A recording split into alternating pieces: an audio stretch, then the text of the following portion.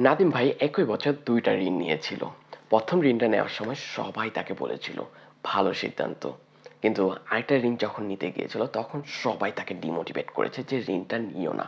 এটা তোমার বাজে সিদ্ধান্ত।"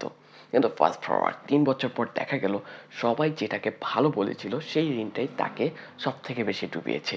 আর ২য় যে ঋণটার কথা সবাই বলেছিল যে নিতে না, সেটাই তাকে স্বাবলম্বী করেছে।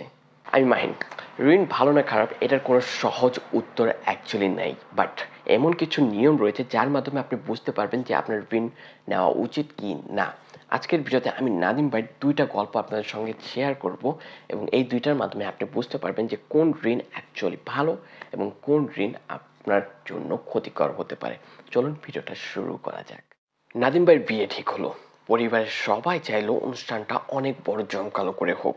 তাই কমিউনিটি সেন্টার ভাড়া, দামি গাড়ি ভাড়া নেওয়া, দেন কাবিননামা অনুযায়ী সৈন্য দেওয়া। বাট কথা হলো তার হাতে টাকা ছিল খুবই অল্প, যার কারণে তাকে একটা পার্সোনাল লোন নিতে হয় ৪ লাখ টাকার। একই বছর নাদিম ভাইয়ের কাছে আরেকটা সুযোগ আসলো, যেটা হচ্ছে তার এলাকায় একটা মুদি দোকান বিক্রি হচ্ছিল। সেটা আর্জেন্ট বিক্রি হচ্ছিল, যে যিনি বিক্রি করতেছিলেন উনি বিদেশ চলে যাবেন তাই। কিন্তু ওনার কাছে তখন এনাফ টাকা ছিল না যে দোকানটা উনি কিনবেন। তো ওনার কাছে প্রায় ৩ লাখ টাকার মতো প্রয়োজন ছিল। তাই উনি চিন্তা করলেন ৩ লাখ টাকার লোন নেবেন। কিন্তু মজার বিষয় হচ্ছে এইবার পরিবারের সবাই উল্টো কথা বলা শুরু করলো। তারা বলল, ব্যবসার কোনো গ্যারান্টি নেই, লোন নিয়ে ব্যবসা করতে যেও না। কিন্তু নাদিম ভাই ছিল অনড়। উনি একটা পার্সোনাল লোন নিলেন ৩ লাখ টাকার এবং সেই দোকানটা কিনে ফেললেন। এবং এটা তার জন্য একটু কষ্টকর ছিল পরিবারের বিরুদ্ধে গিয়ে লোন নেওয়া। আচ্ছা, ভিডিওর এই মুহূর্তে আমি তোমাদেরকে একটু থামাবো।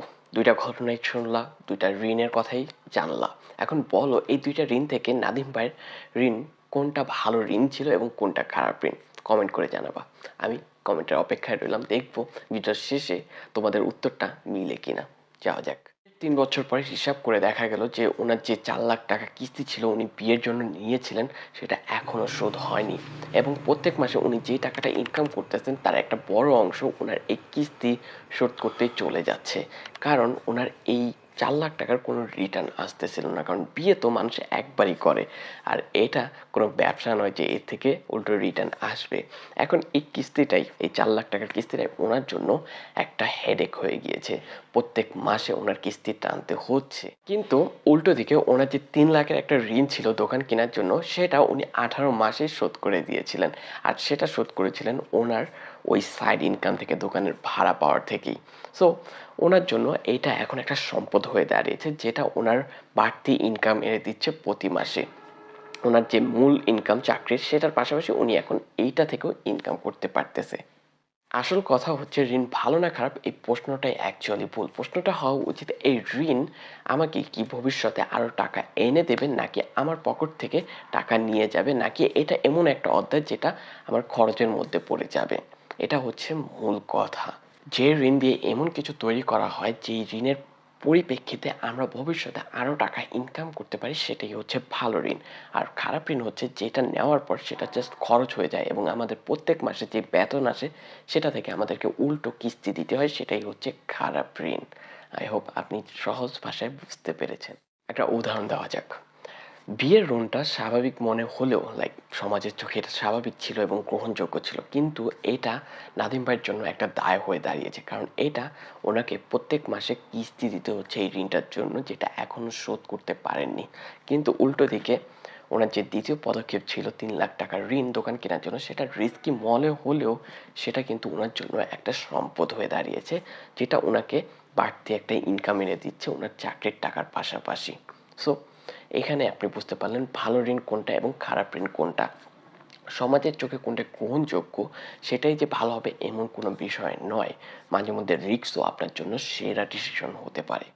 এই অভিজ্ঞতার পর থেকে নাদিম ভাই এখন যখনই কোনো ঋণ নিতে চান তাকে জাস্ট একটা সহজ কোশ্চেন তিনি করেন, এই ঋণ কি তাকে আরও টাকা ইনকাম করে দেবে, নাকি জাস্ট তার খরচের খাতায় একটা এক্সট্রা খরচ হিসেবেই অ্যাড হয়ে যাবে।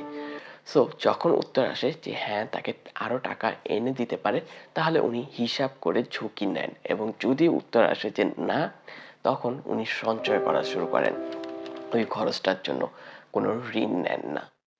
তাহলে আপনার আগের উত্তরটা কি মিলেছে আমার এই ভিডিওর সঙ্গে?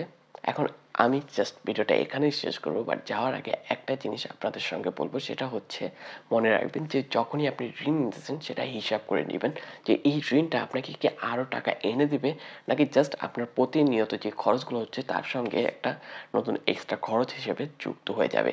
যদি এই ঋণ আপনাকে টাকা এনে দেয় তাহলে বুঝতে হবে এটা আপনার সম্পদ, আপনার দায় নয়।